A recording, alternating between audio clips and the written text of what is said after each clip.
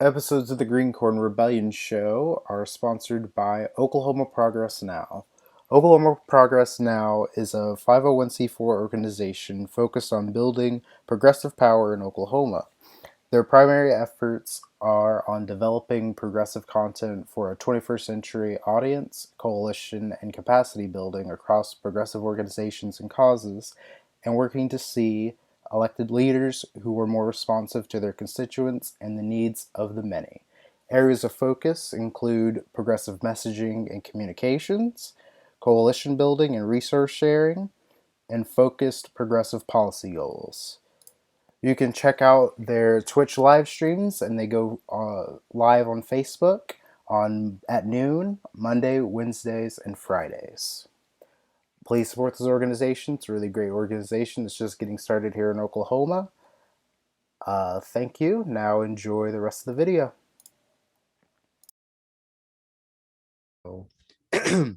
Hello, this is the Green Corn Rebellion Show, and today I'm here with State Representative Andy Fugate, who represents House District 94, I believe, out in the Del City, South Oklahoma City area. How are you doing today? I'm doing great, man. You got it. I have to think about it myself sometimes. All right. So, first thing I wanted to ask you was, what are your thoughts on the State of the State speech that the governor gave a couple of weeks ago or a week ago? Well, Yeah. yeah, first of February. So, thoughts about the governor's speech. Let me start by saying I'm about tired of hearing the state of Oklahoma is open for business.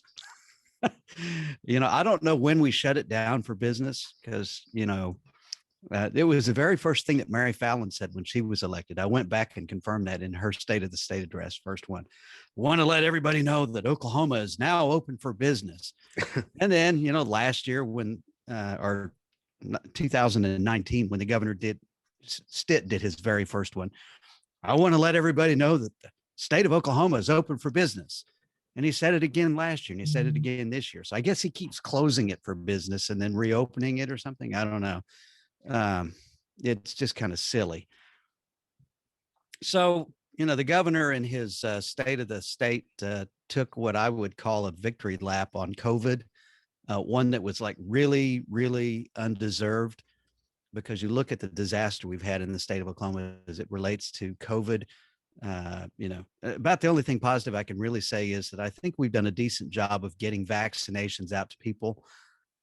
If you happen to be one of those who is in the right phase and you have the ability to travel, then you can go get a vaccination. My mother, who's 83 years old, just got hers a week ago. She no longer likes to drive long distances. So, I had folks who were driving 100 miles to go get their vaccine.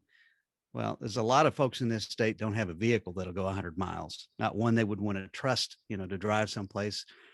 And so we have to do a better job of getting stuff moved around. But, you know, um, I think it was unjustified to take a victory lap on COVID based off of what we've had, with the exception of vaccinations. He rolled out his people's agenda. And the more I keep seeing all the stuff that we're doing and that he's doing, the more it seems like an agenda on people. He has three pillars that he's, and I won't go into all the mess with it, but um, we got a lot of bills in this session that are coming from interactions with the administration, and all they seem to do is take power away from the people. The ability for people to do their own initiative petition to put a state question out, for instance.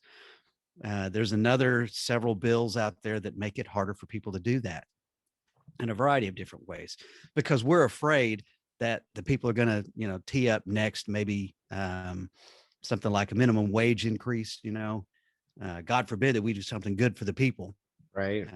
because the legislature won't ever do it. Yeah. Um, and so they're trying to make it harder to do that.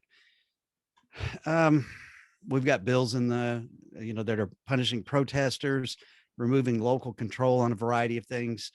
There's a bill now, and I don't know if this came from the governor's office or just impacts the governor's office, but it would allow the governor to appoint the U.S. senator in the event the U.S. senator resigns.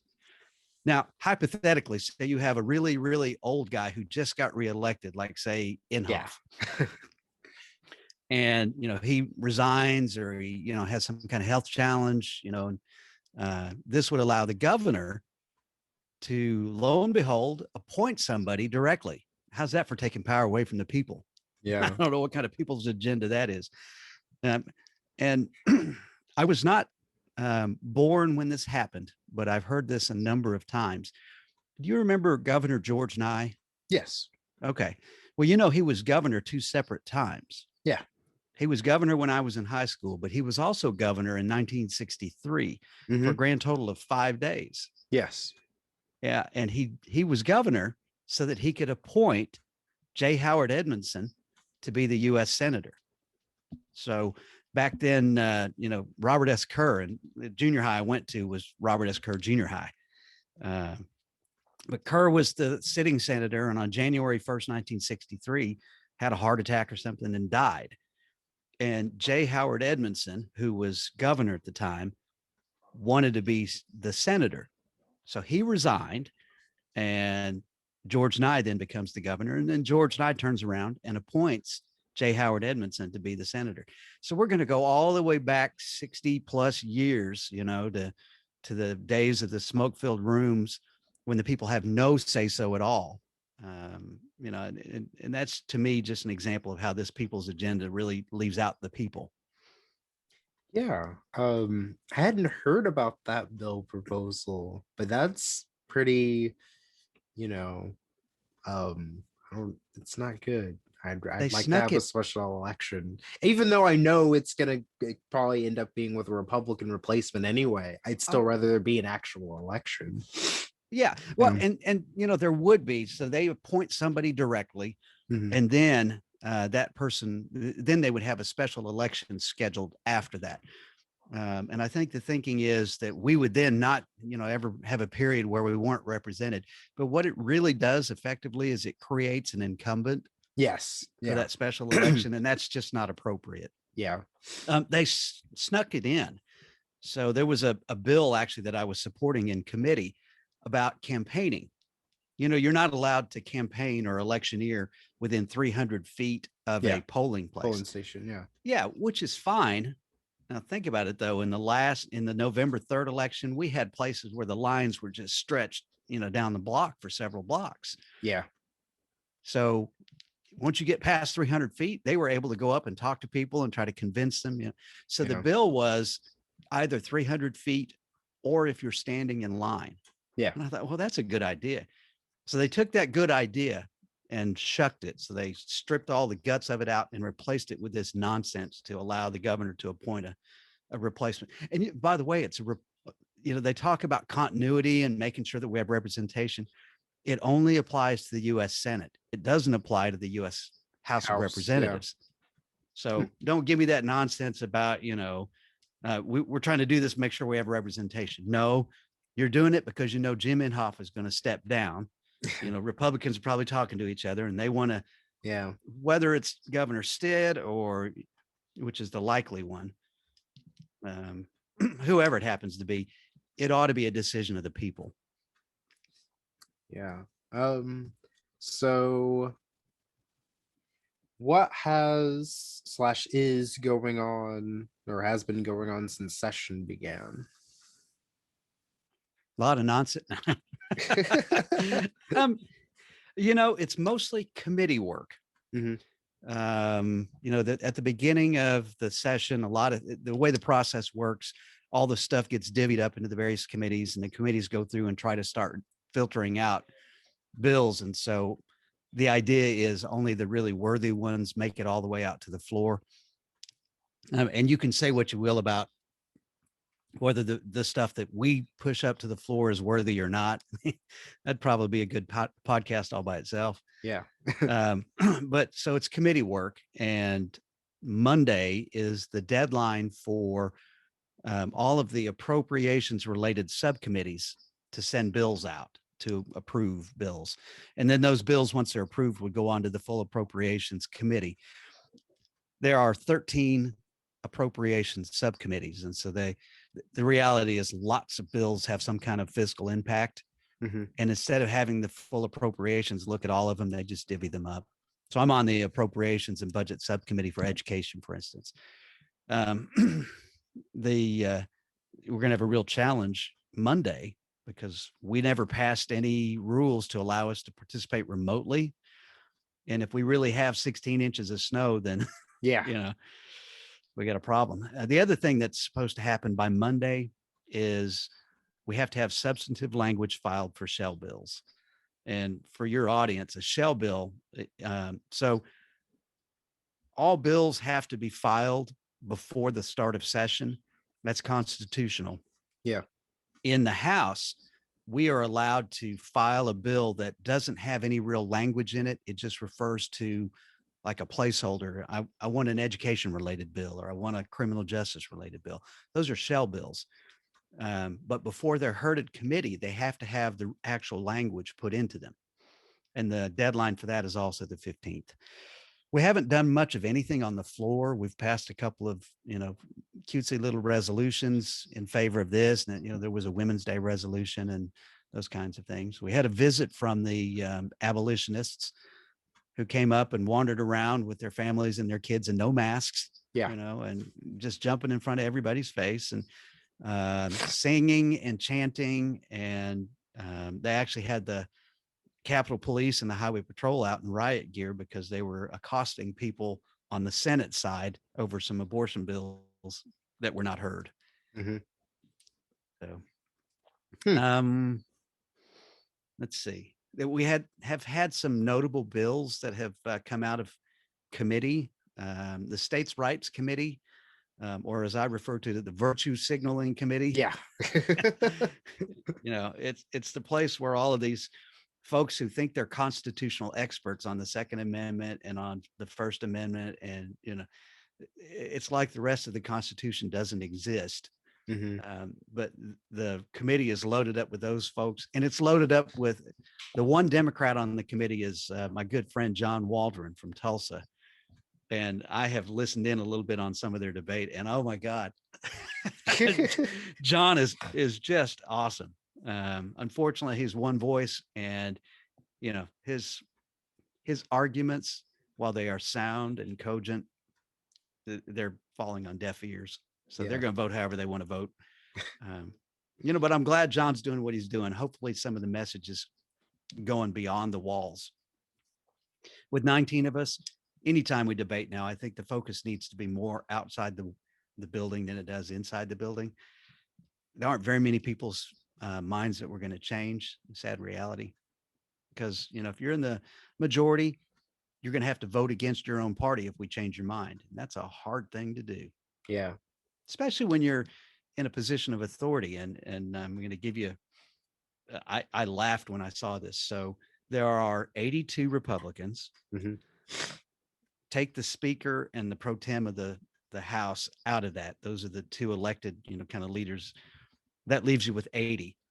They created 40 committees this year, 40 committees, and every single Republican is either a chair or a vice chair on one of the committees. It's like a participation trophy. So you walk down the Republican halls, it's like chair or vice chair, chair, vice chair, whatever. It's just nonsense. And they put in 7 more committees just for that. I'm convinced just for that purpose. I haven't heard that for sure. I mean, the speaker can do what he wants to do, and I think the speaker, generally speaking, has good judgment. But it was a case of, I think, playing the game. And if you had 33 committees, then you leave 14 members out, and which 14 do you pick? And they get all mad at you, and so I guess it was just easier for them to do that.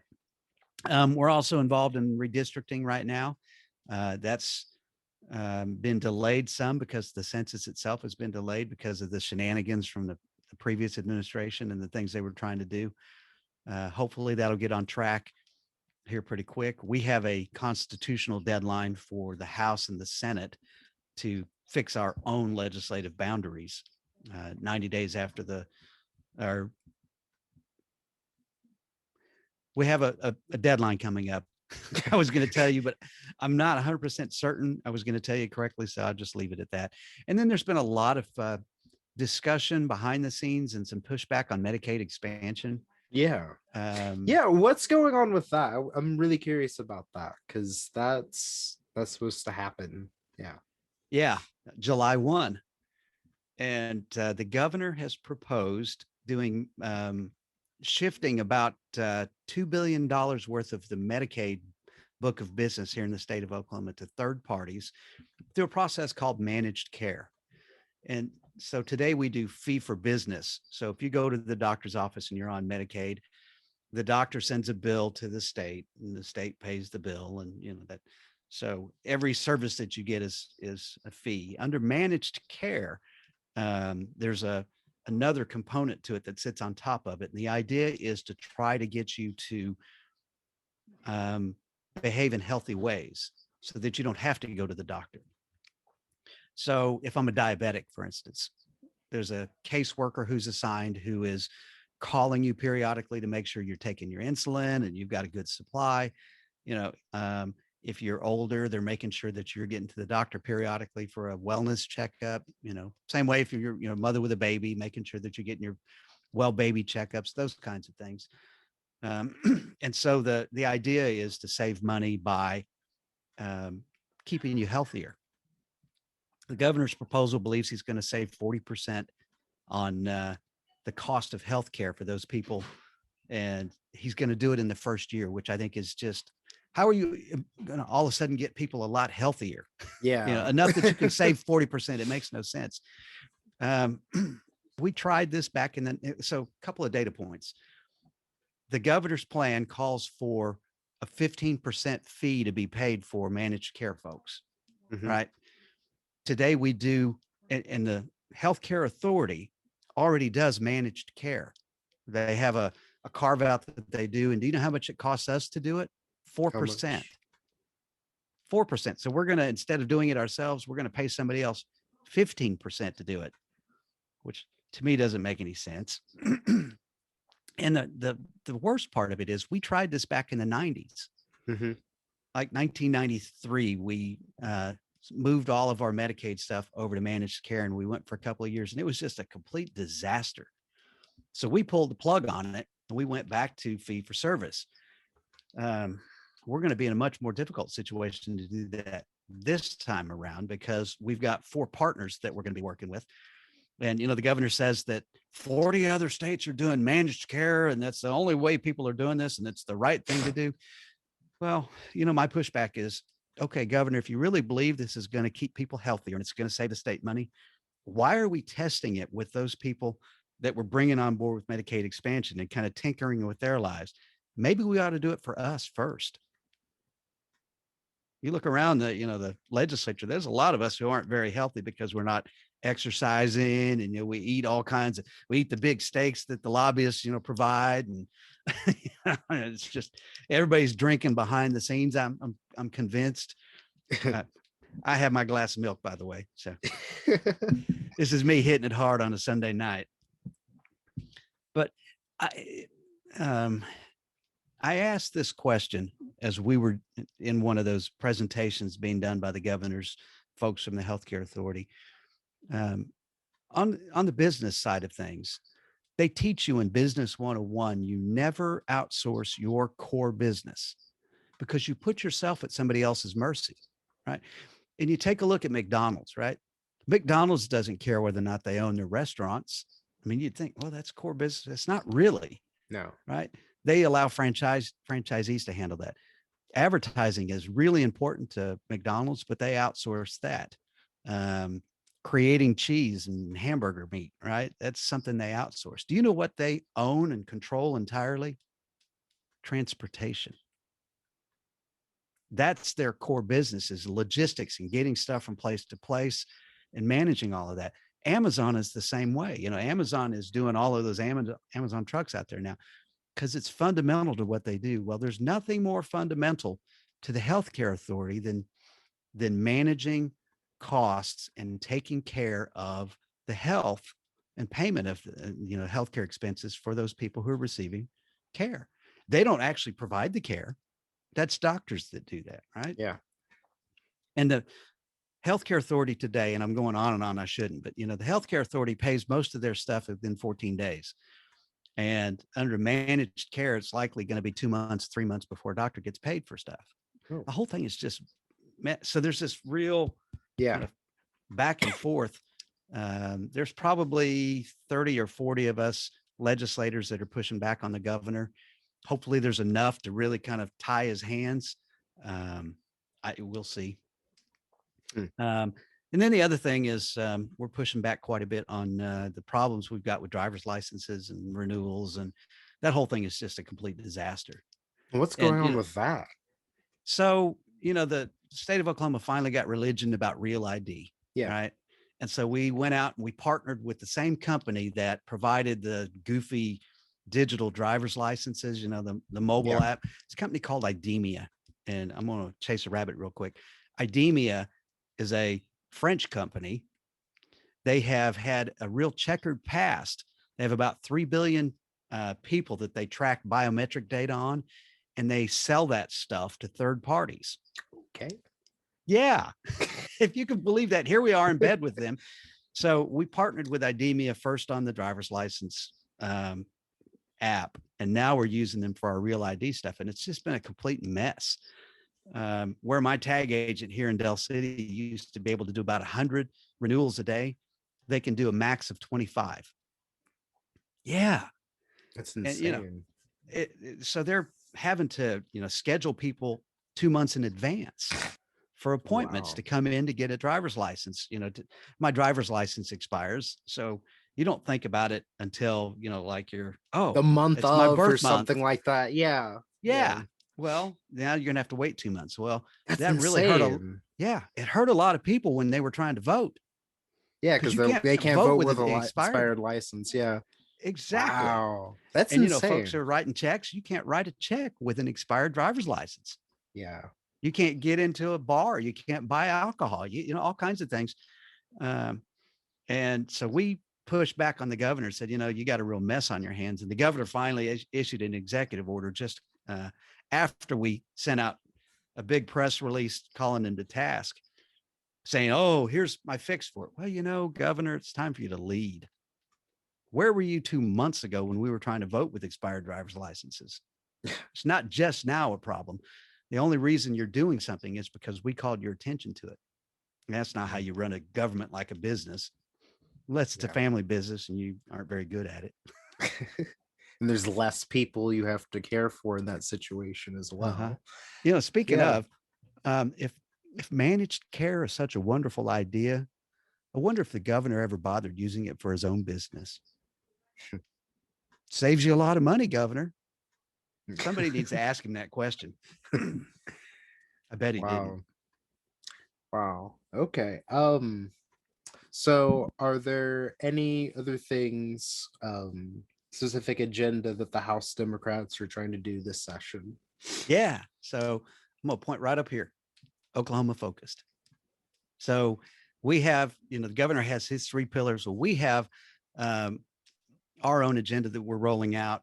We had scheduled it. And now we've got weather situation happening. We're not going to be able to, do it. So I'll just kind of give you the highlights of it. So we have 4 kind of emphasis: jobs, healthcare, education, and criminal justice. And then we've got a bunch of initiatives that fit under that. But kind of the overarching focus for all of it is we want transparent and trustworthy government focused on improving the lives for all Oklahomans. So we don't want anybody left out. We don't want the governor's plan that's just focused on his friends in business. We want to really try to improve the lives of Oklahomans across this state. And part of it is, fixing government and making government work in a transparent and trustworthy fashion. And it's not like, the governor had all of that CARES Act money. We had $1.2 billion we got from the federal government, and the governor said, trust me, we're going to spend it correctly. And then you come to find out that we're doing things like renovating rest stops on the interstate with CARES Act money, when we should have been using that money to handle people who are getting evicted. Yeah. So that's us. We've got this Oklahoma focused. There'll be a lot more coming. I'm not going to steal all Leader Virgin's thunder, but just know that our focus is really on right there. That little we're focused on Oklahoma. We're not going on Fox News talking all the time about Oklahoma to people who don't live in Oklahoma. We're not trying to get a job in the administration. We're not trying to be the next U.S. senator. We're worried about people in Oklahoma who have real trouble. We want to fix things like food deserts. We would like people. You know, there's a donut hole in wages, right? So if you make less than about $11 an hour, then you qualify for a variety of services. Mm-hmm. You get to about $11, everything just stops. And then it doesn't start again until about $15, right? So if I'm making $11 an hour and my boss comes to me and says, "Hey man, you've been doing a great job. I'm going to give you $1, an hour pay raise." Well, you do that. And now I no longer qualify for all of my services. So I wind up losing, housing assistance and food stamps. And it's like, I can't Yeah. take your deal. So Yeah. we need to fix stuff like that. I don't, I don't necessarily, we have the safety net, social safety net. And this is me talking as kind of a conservative Democrat, right? So bear with me here. you know, I'm not necessarily in favor of the government paying for everything, but I want you to be able to work 40 hours and afford stuff. Yeah. Right. If you don't want people going on Medicaid, well, then you ought to worry about them being able to make enough money off of a 40-hour week job that they can pay for their own insurance. I mean, that seems pretty reasonable. There are 400,000 people in the state of Oklahoma who are between the ages of 18 and 65. They're adults who today work at least 32 hours a week and they don't have any health insurance at all. Yeah. None. They're, either because their employer doesn't offer it or they don't qualify for one of the Medicaid exchanges. So sorry.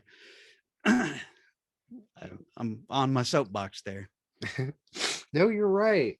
That's my whole thing about raising the minimum wage. It's just like you'll have less people dependent on the government for things if people are able to actually afford to work in order to afford things themselves. Like you can't talk about how you want government to stop doing things unless you actually want workers to make enough themselves in order to get by. Like you kind of have to have, you can't talk about one and not the other Uh-huh. because they're kind of related. And yeah. It's all these things that are kind of tied to that. I see these folks who, gripe and complain. Do you see the way that person's kids act? I can't believe they act like that. What are the parents aren't ever doing anything about that? Well, you know what? Mom works 2 jobs. Yeah. Guess who's raising the kids? The oldest child at home. Is it any wonder that the child kind of gets away with all kinds of stuff? Yeah. Well, if you want mom or dad, whoever it is, to see those kids, why don't you let them have a job that allows them to just work 40 hours you know, like privileged people? And then they'll get a chance to see their kids and raise their kids and maybe enjoy some time with them. Yeah. Exactly. Yeah. So what are some bills that you're proposing that this session that you'd like to talk about? So I've got a bill that passed committee I was excited about. It's House Bill 1843, and it's about ballot curing. Mm-hmm. So in the last election, a lot of people voted absentee. Well, today, if you send an absentee ballot out and it arrives too late, after 5 p.m. on election day, it doesn't get counted. Or if you forgot to do something, say you forgot to sign the affidavit, or if you got to get it notarized, or forgot to put your photo ID in it, those ballots don't count. And there were almost 5,000 people in Oklahoma whose votes were not counted because of what's an administrative problem. Yeah. Didn't get there on time, or any of those things. So this ballot curing bill that I put out there basically says if you're voting absentee and you're not sure whether or not your mailed in ballot is going to be counted, you can appear in person and cast a provisional ballot. So you go in and you'll sign an affidavit saying, I'm absentee voter. This is a provisional ballot, and they will hang on to that ballot until the Friday after the election. And then in that time, they'll make a determination about whether or not to count it. So if you mailed your ballot in like Saturday before the election, right, and you're not sure it's going to get there in time, you show up on Tuesday, you cast a provisional ballot, and lo and behold, your ballot actually made it there by 5 p.m. because post office actually got it right for a change. um, well, then they would not count your provisional ballot. But say your mailed in ballot got there on Wednesday. Well, then your provisional ballot would be the one that they would count for you.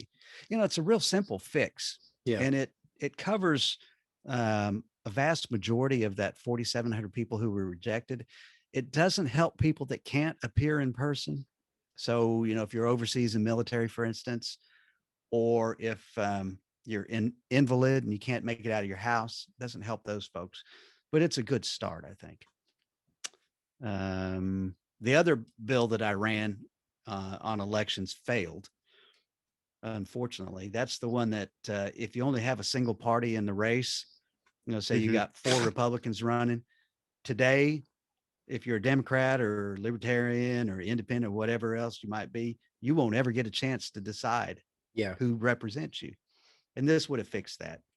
Basically, it would allow that party to send 2 people to the general election, whichever their top 2 are, Yeah. and then everybody gets to vote on it. And I had a member who I was talking with afterwards. Man, why'd you vote against my bill? And he says, "Are you kidding? I don't want to be stand for 2 elections when I can win one and be done." And I thought, well, he's got a point there. So I got to think about how to handle that situation. But you know, I had a constituent point out to me that we had a lot of elections that weren't elections in this last November because nobody filed against the incumbent. Yeah. you know and so the next session I'm going to introduce legislation that turns any election where you're the only candidate into a retention ballot, which is basically what we use for judges. Yeah. Right. And so it's an up or down vote, so everybody has to campaign. We're all held accountable to the people. Hmm. Now that one won't pass either. Well, with that, what would happen if in November the majority of people voted to not retain them? What would happen then? Would they just not be seated? They And would it not be would. seated, and we would have a special election, Hmm. and they would be allowed to run in the special election. And if nobody files in the special election but them, then they get seated. Otherwise, they have to win that special election. Hmm. I like You know, it, that. you could even set it up so that they continue to hold the seat, Yeah, but so have that to there's sit for another representation. election. Yeah, but then have to Uh-huh. have some sort of special election afterwards. Yeah, I like that idea. That's more. It's more democracy. Yeah, Yeah. it's an ability. And, it's the election that really keeps you close to your people. And about a third of the legislature had nobody run against them. Yeah. So they can do as they darn well please. Sorry. I watch my language. They can do as they darn well please, and there's no accountability. Yeah. Yeah, I So, like that. yeah, they will hate it. I guarantee they will hate it. But I think it's good policy, and maybe we'll have a statewide initiative to take to do that. I've got a bill with the state rainy day fund that changes how we calculate the maximum on it. And as it turns out, it was actually a bill that was run in 2016 by David Holt, Hmm. Oklahoma City mayor, back when he was in the Senate. And my idea is almost identical to his. And so I'm hopeful that that one's going to get some interest. It's scheduled to be heard this week. Um, I ran a bill for opportunity scholarships. The school choice people are really big on these taxpayer funded private school discounts Yeah. that they call scholarships. But if the average tuition at a private school is $7,000 and the average scholarship is only $1,500, guess who takes advantage of it? It's not poor folks, Yeah. because they can't come up with $5,500 any more than they can come up with $7,000. Yeah. It's and the bill that I put out there would change the needs assessment for whether or not you qualify. Today, a family of 3, so mom and 2 kids, You want to guess how much money they can make and still qualify as being needy? How much?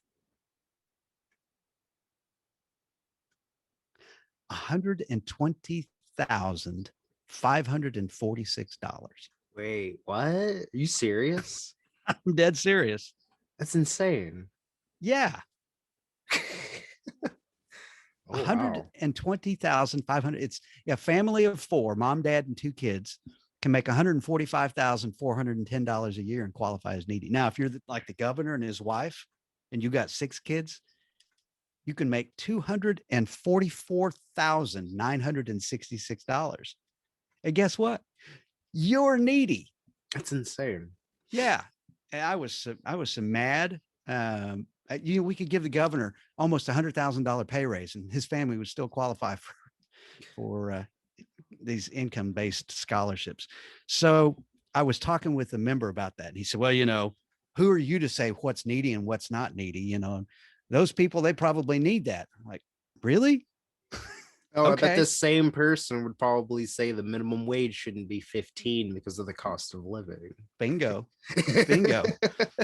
But okay, so it is our job as legislators to set some kind of threshold, and the threshold that I set for this was $60,000, and I picked that for a very specific reason.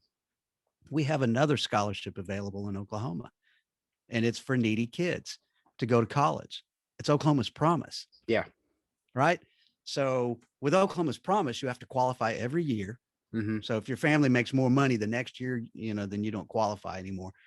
Opportunity scholarships, once you qualify, you and every member of your family from that point forward qualifies. So I picked the $60,000 and set it up just like the Oklahoma's Promise scholarships. And so they didn't like that. So I'm going to change my bill and use the income threshold from the opportunity scholarships and apply that to Oklahoma's Promise. So now, if you're a family of four and you're trying to go to college, well, guess what? You can make $145,410 and you're needy and you can get a scholarship to go to college. And let's see what they talk about then about needy and not needy. I was so outraged. Oh, I'm wow. not, you know, I'm really torn about the whole private school voucher, taxpayer funded voucher thing. Um, it is what it is. If we're going to have them, I want that money to go to kids who truly need the money. And Yeah. now only half of the kids who get those scholarships would even qualify for free milk in a school. Just half. So I want every kid to be qualifying. I want them truly to be needy. And then, if we're going to have it, okay. Um, I still think the important thing is public schools, public education. That's really my passion. There are 703,000 public school kids. There are 35,000 private school kids. The focus for us from the Constitution in Oklahoma says we're supposed to be, our charge is to have quality public education for every kid in the state of Oklahoma. So those are my bills. Okay, cool.